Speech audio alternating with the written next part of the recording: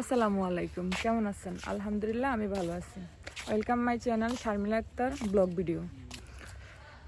আচ্ছা, এমন হয় না যে আমাদের লক্ষ্মীপুর জেলার মধ্যে মহিলা মানবাধিকার কল্যাণ থাকুক, যে সেখানে একজন সব মেয়েদের এর মধ্যে মেয়ে একজন সব নেত্রী থাকুক। এই জিনিসটা হলে ভালো হয় না?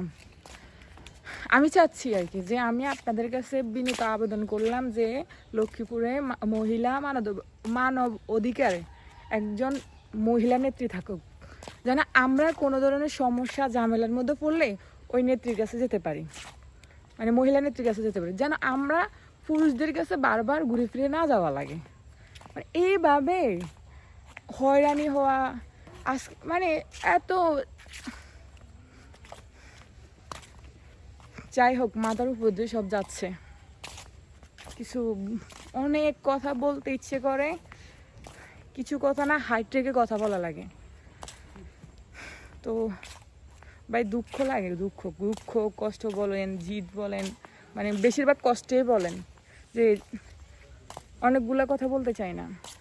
তো হচ্ছে এখন আমি যাচ্ছি, আমাকে কালকে দালাবাদা স্যার মানে অফিসে গেলাম, যাওয়ার পরে উনি আমাকে বলছিল লক্ষ্মীপুর যাওয়ার জন্য। এখন লক্ষ্মীপুর যাচ্ছি, দেখি ওনারা যে প্রসেসিংয়ের কথা বলছে, প্রসেসিং অনুযায়ী আমি যাই, প্রত্যয়নপত্রটা আনি।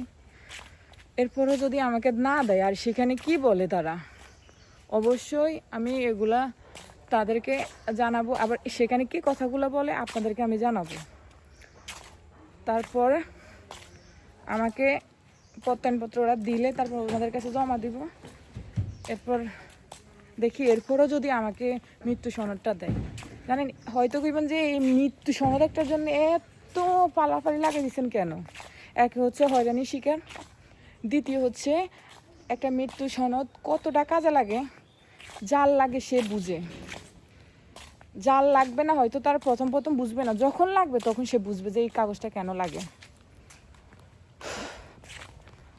কারণ আমি না দৌড়ে কখনো রাগ করি না, আমি একদম পুরো কুল ছিলাম।